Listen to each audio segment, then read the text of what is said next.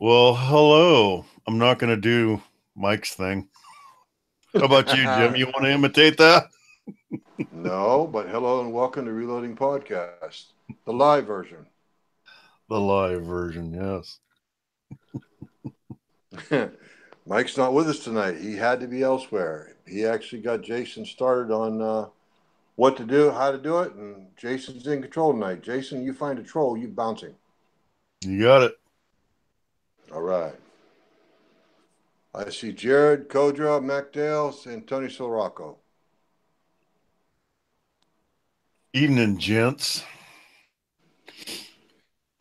All right. So, since Mike's a slacker, yeah, he conned me into figuring out how to do this. And so, Jim and I are going to stumble through this and see if we can piss somebody off. At least make a mess out of things. Yeah. We're Maybe off get to a us good kicked start. off of YouTube, too. I don't know. That would be awesome, huh? By the way, this I just found out something today. We have an alternate site for the podcast. What is it? Gun Groupie, the owner, one of the owners and founders of Gun Groupie, offered us the bandwidth. Oh, is that right? Yeah. I'll have to take and submit the messages to you and Mike, but just so everybody knows, it's an alternative worth considering. Yeah. Awesome. Anyway, yeah, that's. But Jason, after we get done tonight, I need to talk to you for a little bit. But anyway, that's for off the air. Okay. Anyway, so we got Aaron Baldwin in. Hello, Aaron. Anyway, so where do you want to start? What'd you do this week in guns, Jason? Anything? Guns Uh, related? I got my target from Buckeye Targets. I got my dueling tree. Oh yeah. I have not Did taken it out of the box yet or set it up or anything, Did you but finally fork over the money? I did. And I got my magnetic business cards too that I was whining about. Good on you, Travis. Appreciate it, bud. Yeah, Appreciate thanks, it. Travis. I'm sure Jason appreciates it too. You betcha. Anyway, is that it? Um, yeah, I think that is it. Well, last Sunday I let myself get talked into trying out going up to Warren, North Carolina, to a place called FrontlineDefenseUSA.com. Frontline Defense, and they're at the USA part and all that. That's their link to their site. But anyway, I got talked into trying it coming up this Saturday. I'll have to have a range report. Problem is, I got to find my guns and ammo. My guns, I know. Ammo, I'm not so sure. I know I have it, but I also know it's buried, but I don't know where it's buried, along with all the other bodies, I guess. But Mm-hmm. anyway, we're going to try to go up there. It's about an hour and a half north of us, and we'll see what happens.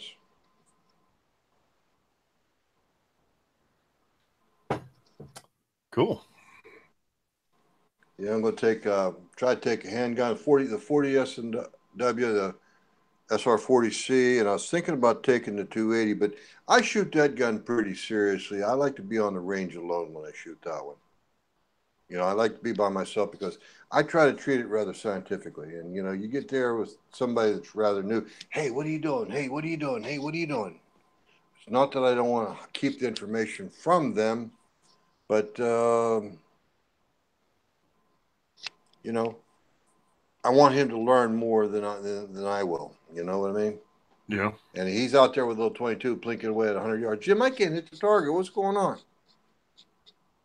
If I'm going to go with a newbie, I want to focus on a newbie, not be distracted and be dissatisfied with the performance of the rifle because I got distracted. Sure.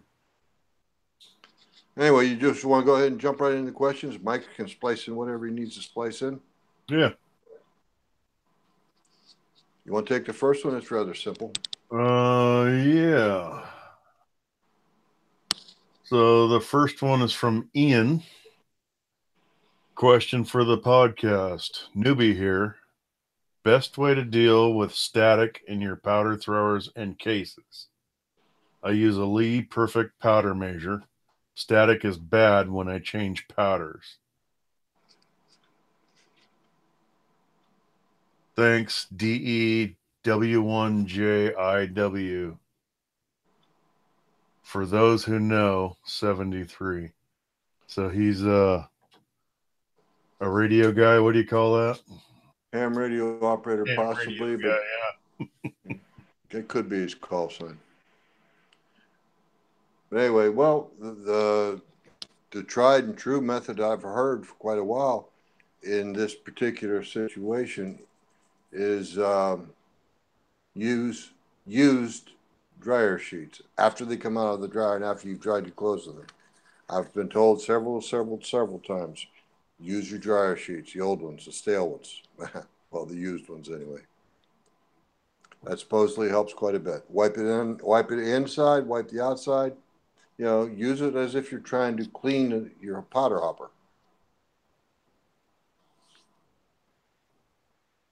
Yep. Okay, I'll take the next question if you don't mind, Jason. I'd like to go ahead. I'm sorry. Throw something out there. So something that stands out to me is he also says cases.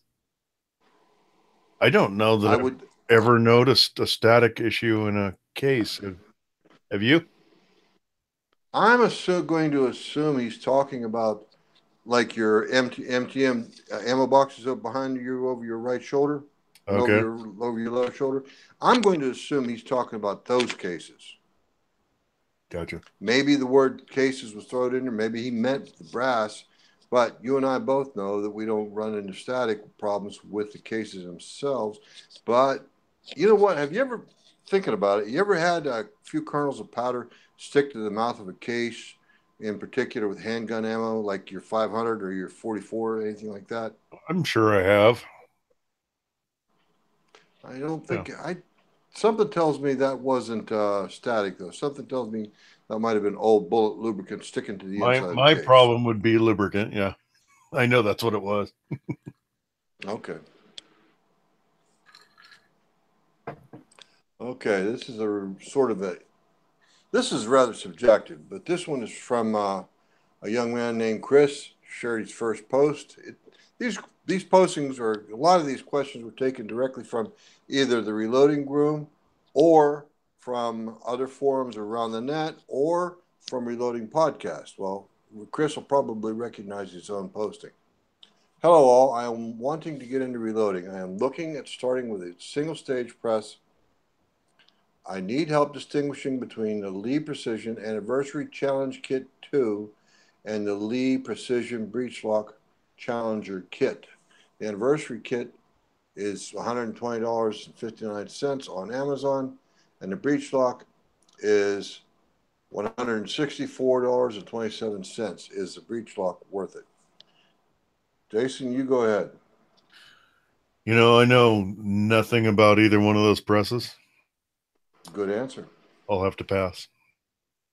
Okay, well, my take on that particular question is, if you're going to do this as a long-term commitment or investment into what you're going to do, spend the extra bucks, get a little bit more equipment, because you might find yourself with a case deburring tool and a trimmer in that Breechlock kit. You know, and you let's face it, we both know, Jason and I both know, and all you guys out there that have reloaded for more than a few months know that sooner or later your rifle brake cases are going to need trimmed. So that's my take on that. Do you have to? No, you don't have to. You could cheap out, but a long-term commitment. I mean, when I started reloading, I was set for a lifetime. I determined to set up for a lifetime, and I'm still buying equipment. Oh, Jody. Haven't bought anything recently, but take that back. I bought 5 pounds of powder the other day. I bought that. I probably told you about that. The Dixie Gun and Knife Show. Bought 5 pounds of RL-22 for my 280. You notice I didn't say 380. Well, that's good. I'm glad you didn't. Yeah, me too. All right, Jason, next question. Why just 5 pounds, Jim? 5 pounds?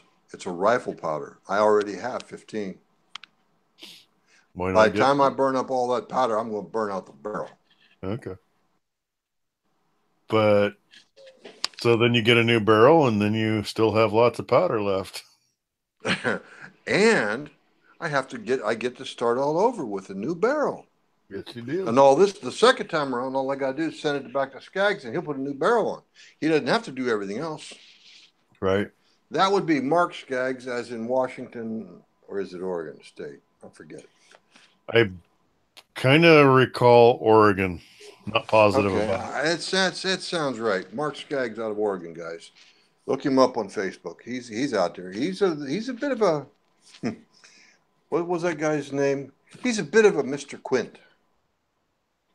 Quinn on Jaws. Okay. He's a bit of a character. A little spicy. But anyway.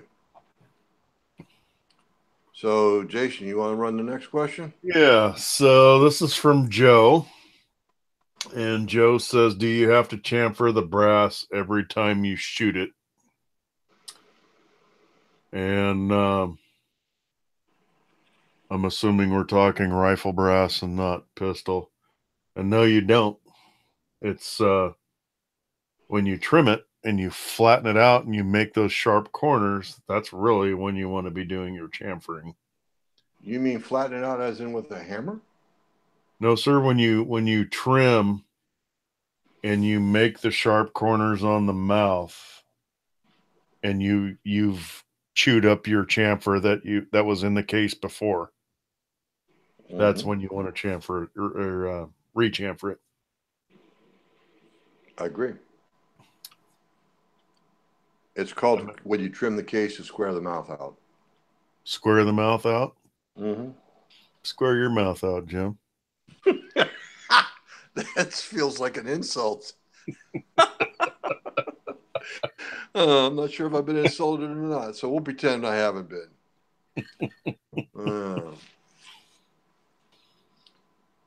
Okay, this next question comes from Greg.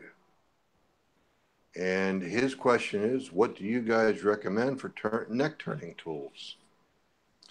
Well, go ahead, Jason. I've been playing with what did I get? The RCBS attachment to the case turning or trimming tool, the mini lathe deal. I did use the Lyman, but two things I can tell you I don't like about the Lyman is the RCBS is just easier to set up with a feeler gauge, which helps a lot. And then the set screw on the Lyman hits the adjustment screw, the height adjustment screw for the trimmer and or for the blade or whatever you call that. And I actually hit the pocket because it was Allen screw. What do you call those, Jim? Set screw. Allen style socket set screw, but I don't think you want to hear all that. Just Allen type set screw or something like that. So the set screw hit that head and actually screwed up the head, and I couldn't get the adjustment screw out anymore. And I called Lyman, and they weren't very helpful. So I just figured the heck with it, and I went with the RCBS, and I like it. Mm-hmm. But there's lots of different like hand tools. Jim's got something similar that I do that with different brand. What do you have, Jim? I have a Forster, Jason. Forster, that's right. Yeah, I started out with a Forster trimmer simply because the trimmer set itself, just like you're finding out, that trimmer, if you do it right, it can be very versatile. With as I've said before, with my trimmer, I can chamfer cases, inside, outside. I can remove crimp from primer pockets. I can clean out primer ash. I can trim, of course, and I can also I can turn the inside and outside or outside of the necks. And then the turning attachment trims the outside, turns the neck on the outside, and reamers cut the neck excess material away inside. I don't generally like to use reamers because, for whatever reason, they don't feel like to my way of thinking, they don't seem like they're going to run square with the case. If the case is bent at all, something like that, the reamer is going to go with the center of the neck as opposed to the body of the case. Correct. Whereas with when you turn the outside and you resize your case, your neck doesn't really have anywhere to go. It trues itself up with the body of the case. Mm-hmm. Assuming, of course, your resizing die, neck sizing die, or whatever, body sizing die, is concentric and properly made. But they make that all at one cut. And your die is set up properly, and your case holder is clean, and there's a few things to it, but yeah. Right. And the Redding makes a turning tool, or there's also hand style that sort of work on the order of a C-clamp. It's sort of like a C-clamp, except it's got a post in the middle, and you turn it like sort of like an apple core. Mm-hmm. And you can trim the excess brass away on the outside of the neck with that. But that takes a lot of hand action. I do believe Lee even makes a bit of a neck turning tool. I couldn't tell you for sure though. But I know Hornady makes a pretty good setup for neck turning. Yeah. But personally, I like my Forester. Always have, and I intend to stick with it.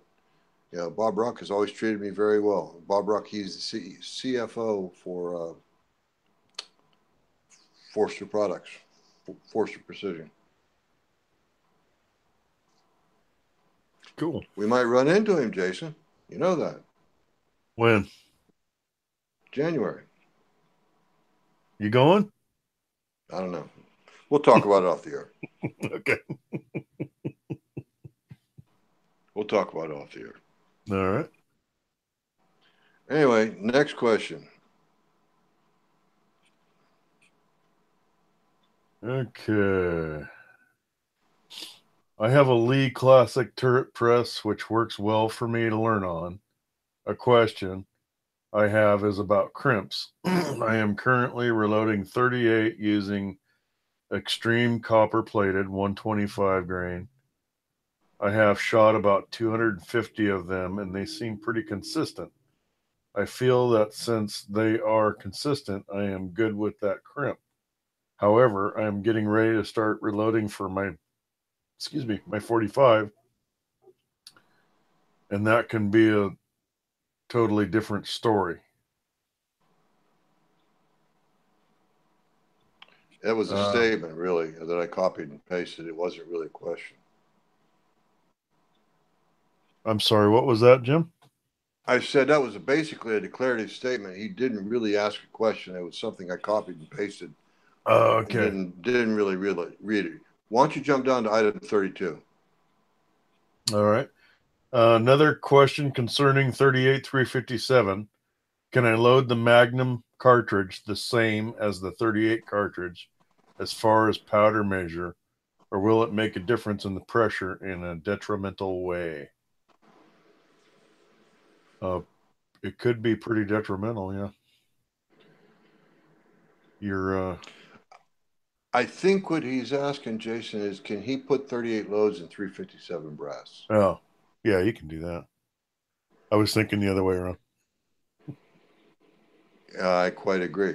The only other thing I could think of is using 38 cartridges, like Jason was first thinking, because he thinks on the more cautionary side, putting 357 loads and putting them in 38 special. That's a good way to kill somebody.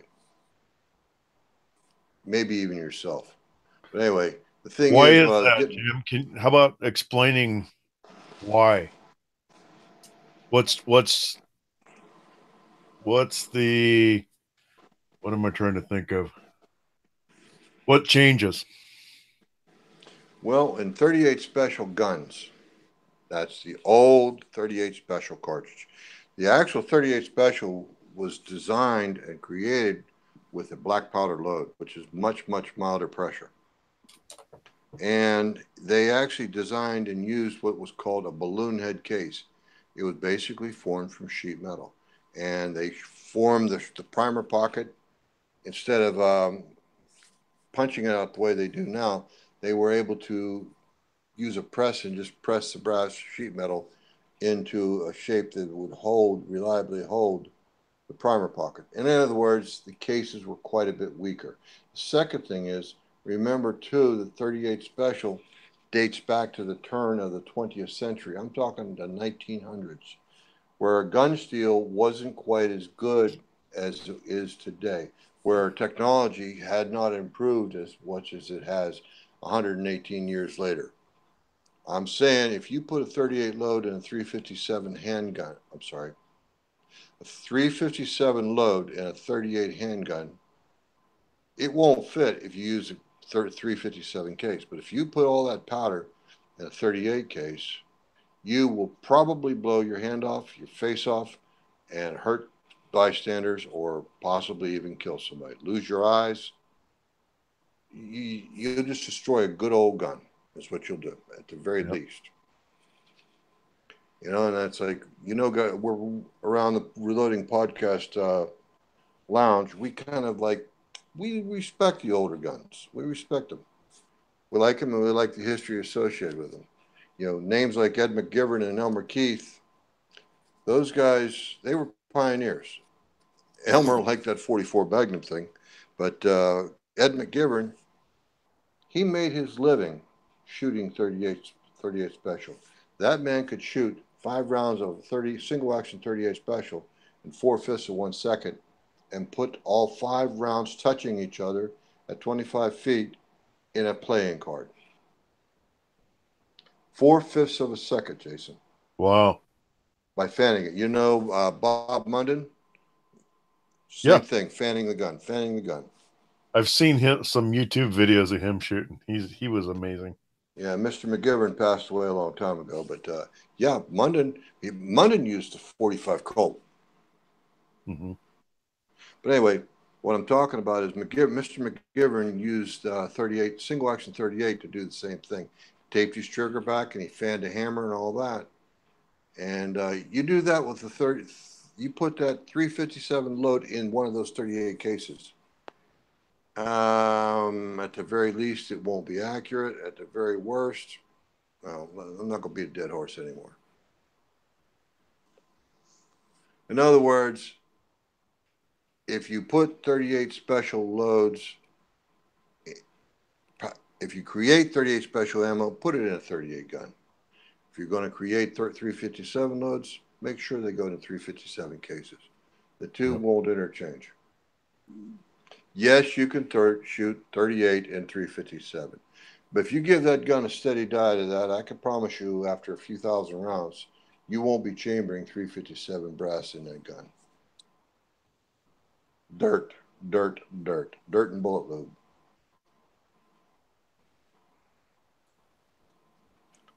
Jason, tell me why 357 brass and ammo do not fit in a 38 special chamber? Your 357 brass is longer than 38.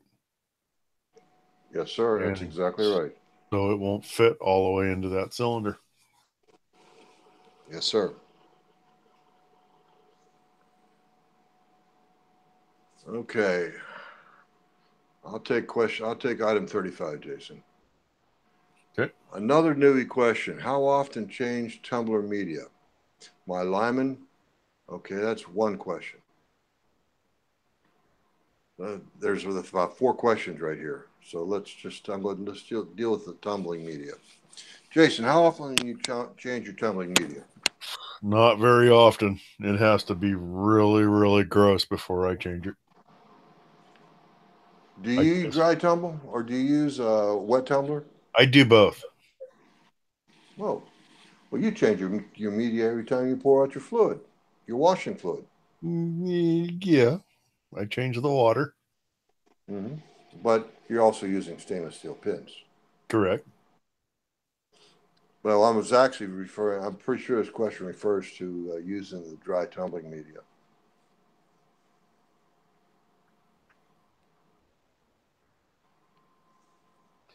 So back in the old days when you were a kid, how many times did you use the same bath water?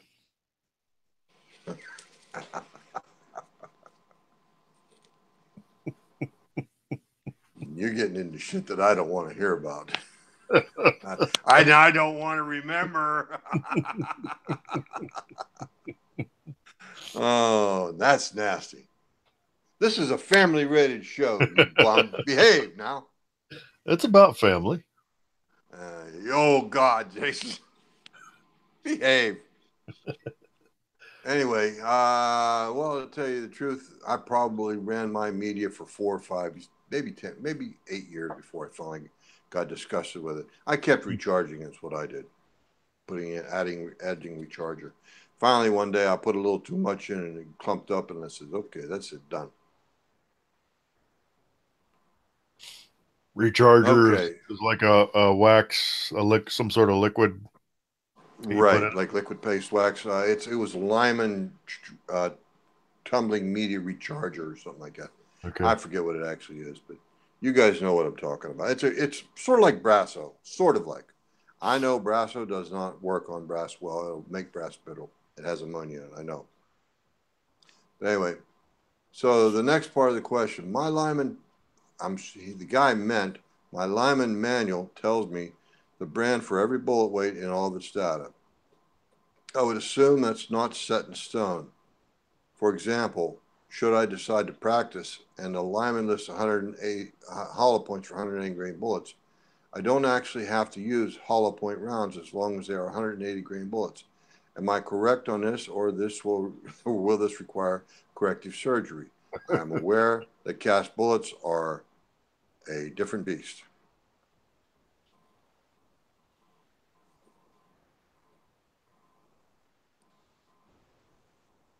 Go ahead, Jason.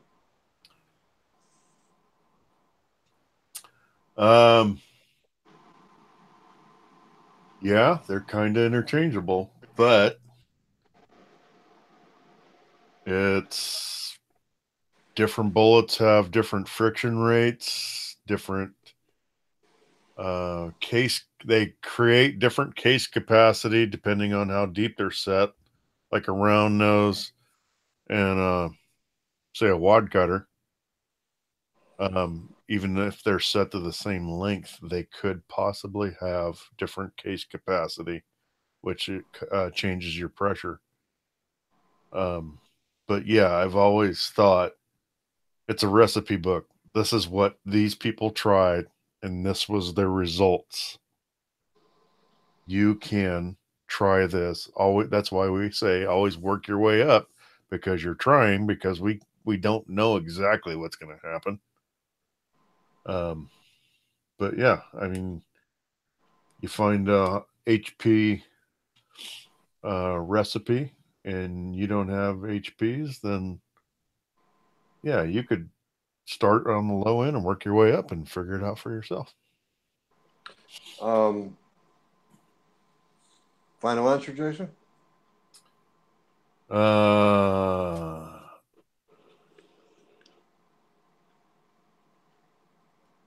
No, he doesn't actually have to use hollow points.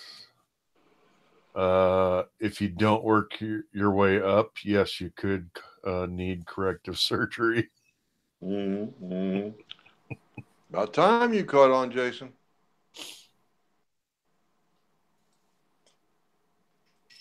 Anyway, well, Jason, stop and think for a minute, all right? No. We're talking about two bullets for same manufacturer. Yep. One's a jacketed hollow point or a hollow cavity with a nice big deep hole in the bottom of it, all the way to the bottom or whatever. And the other one is a 180 grain jacketed soft point. Your hollow point's longer. That's exactly where I'm going, Jason. The profile of the bullet is different, which means the bearing surface shank will be longer in a hollow point bullet, creating more friction than it will be in the 180 grain jacketed soft point, or even the 180 grain FMJ. Correct. The pressures are going to be different. And same with the rifle. You've got Hornady, who makes what they call secant point or secant ogive. Sierra uses a tangential ogive, which means that they actually have a way of directly blending in the radius of the curvature of the bullet nose into the shank, directly into it. There's no seam, no direct line.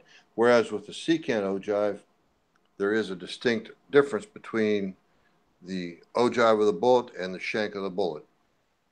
It's just a simple radius of the way they form the jacket around it.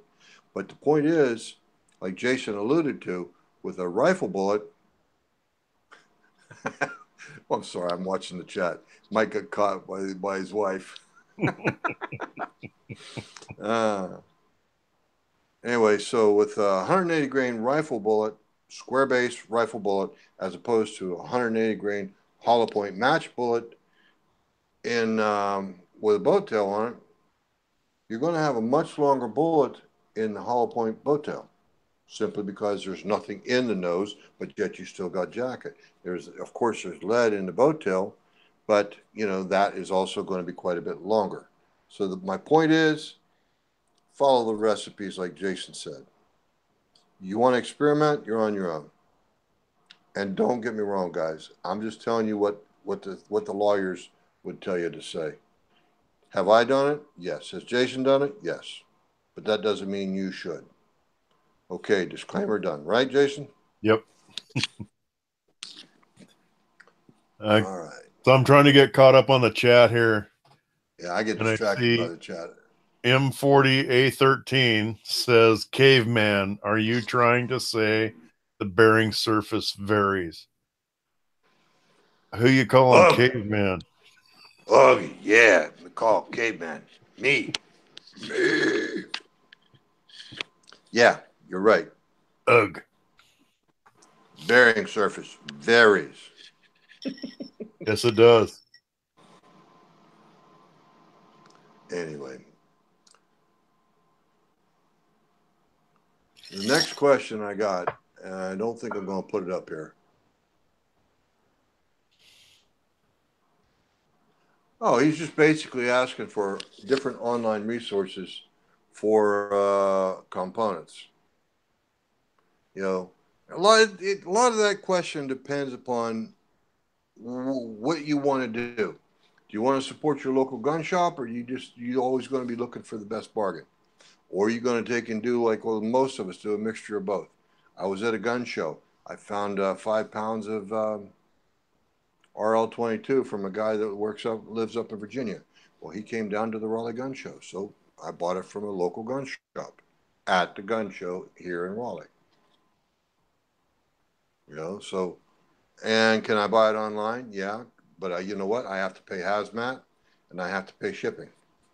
He already paid it, and he just simply puts it into the bottom line. Well, he had to add sales tax. So he gave it to me for a show price. That depends on you and what you want to do and how well you know the people at your local gun store. I really don't know anybody at a local gun store here yet. And, I'm going to make friends and so on and so forth, make contacts with the guys at the Raleigh Gun Show, but the next gun show isn't until August. And this is May. How about you, Jason? Do you do a mixture of both? I do. I try to support locally. There's only 2 stores that I'm aware of that carry a good amount of powder. I try, but if I see like a super sale or something and I really want to stock up and spend some serious money, I'll order online. Mm-hmm. Yes, sir. But yeah, my basic rule of thumb is support the local guy. Yep. There's one over in Fuquay Varina that I've been in, and they carry a good amount of reloading stuff. And I don't have one here in Broadway, but I tell you the truth, I haven't bothered to look for a gun. Yeah, take that back. We do have a good gun shop right here in Sanford. Gun Locker. Gun Locker, ncgunlocker.com, I think is his link. And he doesn't carry much in the way of reloading, but he does carry a good supply of Class 3 weaponry, Class 3 equipment. He's the guy that I won the suppressor from when he was having a drawing. Nice. Yeah, I haven't got the paperwork back on that. All right, Jason, you want to jump down to item 39? Sure. If you were building up a hunting load for your favorite rifle on a blank slate, would you go for the bigger bullet or stay around factory ammunition weights? What's the advantages, disadvantages of doing so?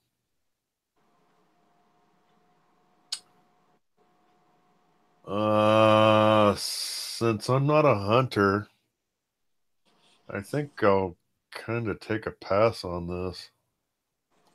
Well, Jason, think about your 308. Or don't you have 270?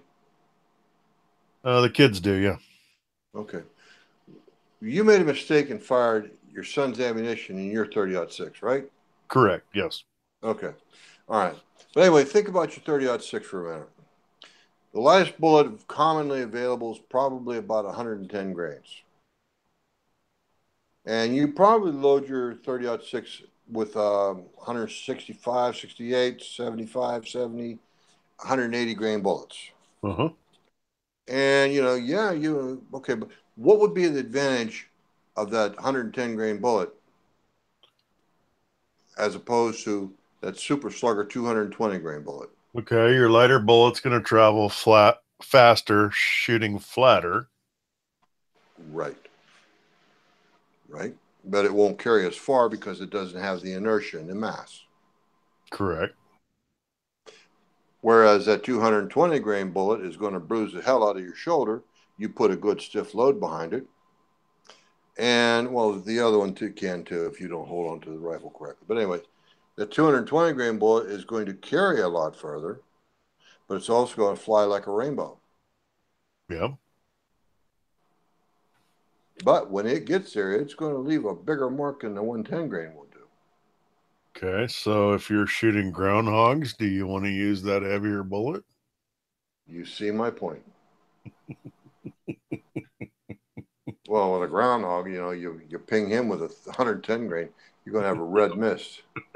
You hit him with. That was my issue. Is I don't know what he's hunting, so you hit that same groundhog with a 200 grain bullet.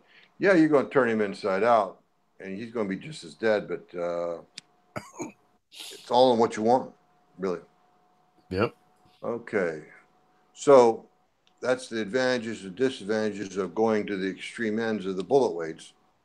But Jason, okay, he was building a hunting load. Let's say you're building a target load. I know for a fact that target ammunition is manufactured. Do you try to stick around factory ammo weights with target ammo? Hunting weights with target ammo? No, I'm sorry. I confused you. Okay. Factory match ammo. Okay. LC ammo for your AR-10. All right. Yeah, that's actually, about 168 grain. 168 and 175. Yes. Right. You stick with factory weight doing that. Yep. Okay. So, in other words, if you want to go to the bigger bullet, that's on you, the reloader. Again, building your ammunition depends upon what you really want to do with your ammunition. Jason doesn't hunt, but he loves to ping steel and he loves to take and punch holes in paper at long distance, as we're all learning to do. So that depends upon what he wants to do. He doesn't want to go out in the field and, kill Bambi. He's not interested in that. But, it all depends upon what you want to do. So if you don't mind, Jason, I'll take item 41. Okay. if I wanted to replicate plus P ammo at this time, I don't at this time, but my EDC, my extreme everyday carry is rated for it. So trying it may eventually be a consideration. What would be a good manual, otherwise or online, that'd be a good safe way to try and replicate them? Well, Jason's busy managing the chat, so I'll jump in first like I usually do, me and my big mouth. If you want to replicate plus P ammo, the first thing you want is you want to get a chronograph and run some ammo, at least 10, 15, 20 rounds over top the chronograph to see what kind of velocity you're getting. Then you as a reloader can experiment with powders such as red dot, bullseye, blue dot, green dot, unique, whatever. You could get whatever powder works best for you to give you good accuracy and to give you that extra pressure that you want for that everyday carry. But if I'm going to throw my favorite caveat in here and say, I hope you're wanting to build plus P ammunition for training purposes only. But that's just me. I mean, that's really not an issue in this question. So what would be a good manual? Any good manual that lists plus P ammo would be all right. Speer, Nosler. Well, Nosler doesn't do much handgun stuff. Sierra, Hornady, Lee. Anybody that has plus P rating on their recipe list. The thing is, you got to chronograph them to see if you can duplicate the ammunition behavior and quality. By behavior, I'm talking about the grouping and quality and how it the velocity shows over your chronograph. The chronograph is going to be your best friend when you're trying to do something like that. And it's a good idea to take and build some training ammo, particularly using, let's say, 9mm plus P ammunition, because that way you toughen your hands up to handle the extra recoil, but your regular everyday carry ammo is 9mm regular standard ammo, not plus P. That way you're not going to be as overwhelmed by recoil in a tough situation, and you've got training behind you, and you can handle you've got your hands trained, your wrists are strengthened up and all that. And it's a good training aid to actually build your plus P ammo for everyday carry, training purposes only. I've thought about that several times. You know, Jason, you and I, we stoke them up pretty hot in our 357s. Oh yeah. And you know, it's like when I shoot a 38, I think, did I break the right gun?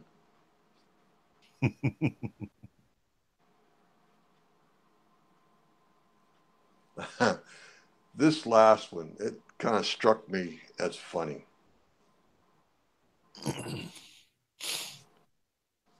And you want to read it, Jason? It's item 43. Sure.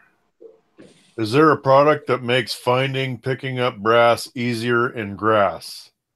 Or am I pretty much stuck spending more time hunting shells than I am shooting?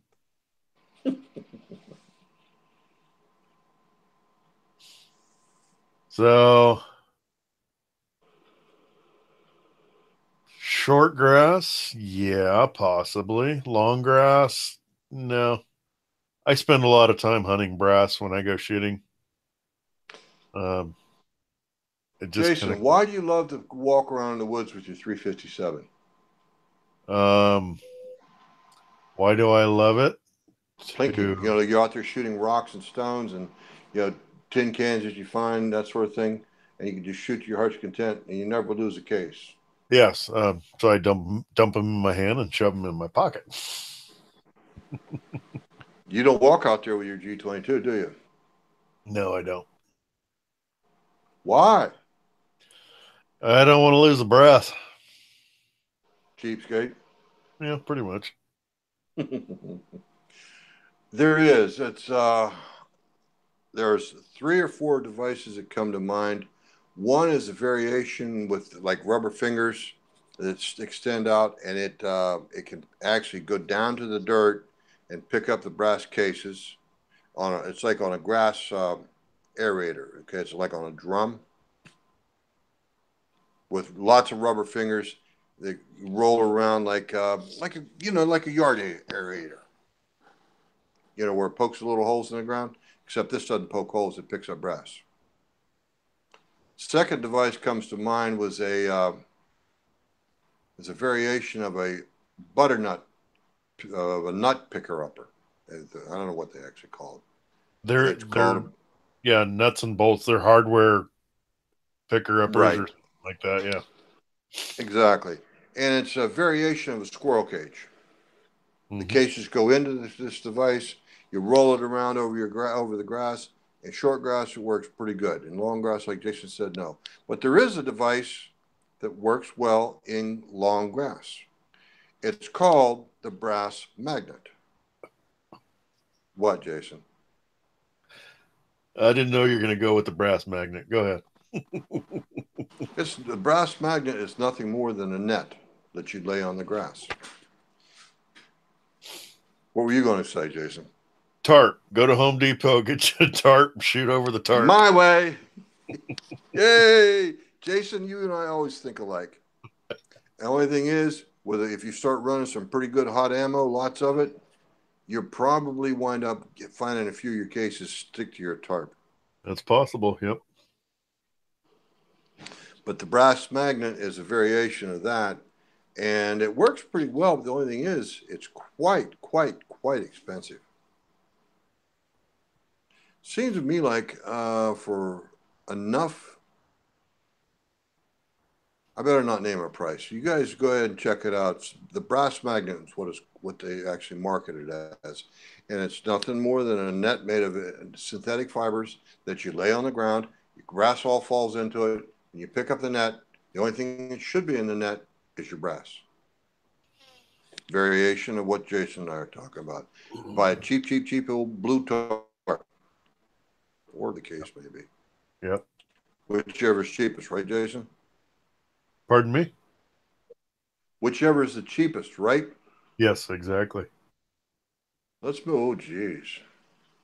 Let's move over to the chat, see if there's any good questions there.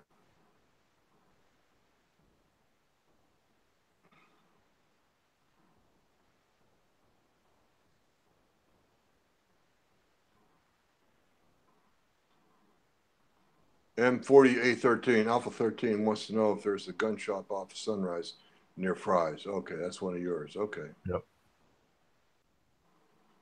Yep. Jared said, hey guys, I got a set of older dies made by Bear, Bair, at a flea market over the weekend. Never heard of them before, but for $12, thought I'd give them a shot. Anyone else have experience with them? Well, if nothing else, it's an old reloading tool, a piece of history. Speaking of piece of history, how you doing, Jim? Kiss my butt, Jason, you rotten bastard. I can tell you're offended deeply. Anyway, what else you got, buddy?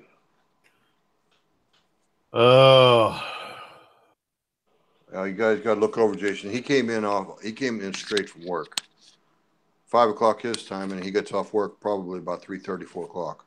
I get off at 3, but yeah, I'm working about 50 miles away from home right now, depending on the traffic. Some days I get home pretty late. Yeah, so he just got home. He had no time to do any show prep whatsoever other than set it up. In fact, when I came online, Mike and I were still talking, Jason, on how to set up a Reloading podcast YouTube recording. Yep.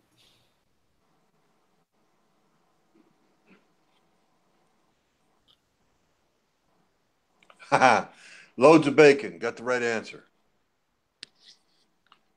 Time to entertain the grandkids when it comes to picking up brass. It's like a practice for the Easter egg hunt. Yep. My kids used to do a lot of brass pickup. Now that they're older, they'd rather sit down and have a snack than help Dad pick up grass. Yeah, well, they don't even go to the range with you anymore, do they? No, not hardly. Jake does. Brandon doesn't. Yeah. Well, Brandon's got his own life to building himself a mark in the world. Yep, exactly. And yeah, okay, Tony. No, it's actually I'm on YouTube, but I'm still using the same device. But I'm actually using my computer and my iPad at the same time.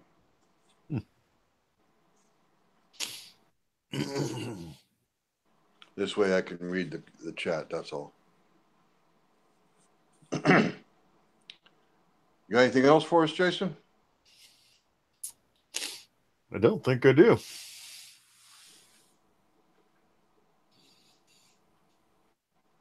Well, I will say this, like Mike talks about every week, thank you for the Patreons.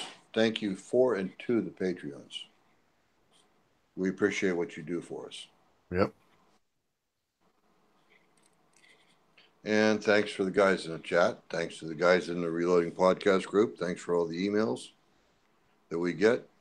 I know they're there. I don't usually read them, even though I have access to that account. And I think Jason does too. We generally look at our own email. I got enough email as it is, at least 15 a day.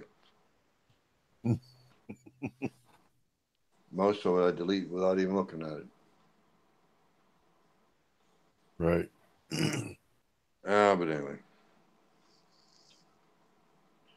Well, Jason, I do want to talk to you after we get off the air, okay? Okay. You got it.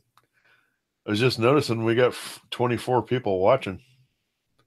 Yes, I noticed that our chat is crazy busy.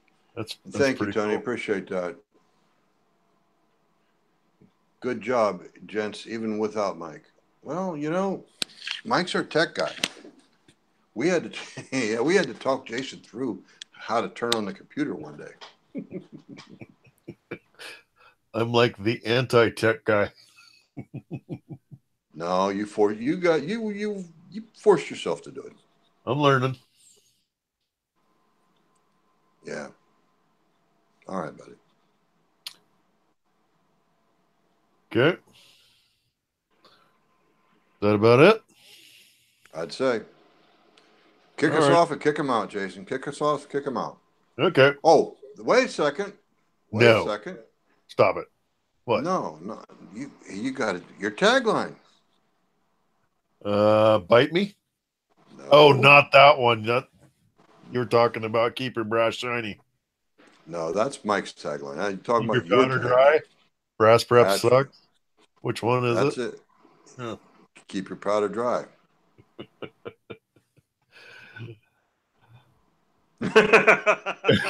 Okay. Mike 40 Alpha 13. How many times do you have to give Jason the instructions? All the time. I don't retain much. You knucklehead. That's funny. Anyway, you know your tagline, Jason. Keep your powder dry. And my tagline is squeeze. Don't yank that trigger. Good night, guys. Thanks a lot. Good night, everyone. Thank you. Appreciate the help and the information.